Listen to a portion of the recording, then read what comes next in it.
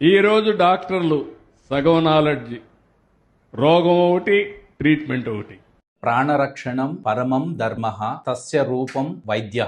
ప్రాణాలను కాపాడటం అనేది అత్యున్నతమైన ధర్మం. ఆ ధర్మానికి ప్రతిరూపమే డాక్టర్. అలాంటి డాక్టర్ని హాఫ్ నాలెడ్జ్ ఫెలోస్ అంటారా బాబు గారు? మీ స్వార్థ రాజకీయాల కోసం సమాజంలో ఎంతో ఉన్నతమైనటువంటి వృత్తుల్లో ఉన్న వాళ్ళని అవమానించేంత స్థాయికి దిగజారారు అంటే ఒక్కసారి ఆలోచించండి. టెక్నాలజీ పేరుతో డాక్టర్ని తక్కువ చేసి మాట్లాడటం జ్ఞానం కాదు, అహంకారం. ఏఐ గొప్పదే, డెఫినెట్గా మేము ఒప్పుకుంటాం. కానీ ఏఐని పొగుడుతూ మానవ సేవ చేసే డాక్టర్ని కించపరచడం అనేది సమంజసం కాదు. టెక్నాలజీ అనేది సహాయం మాత్రమే చేస్తుంది, కానీ ప్రాణాలను కాపాడేది మానవ చేతులే అనేది గుర్తుపెట్టుకోండి.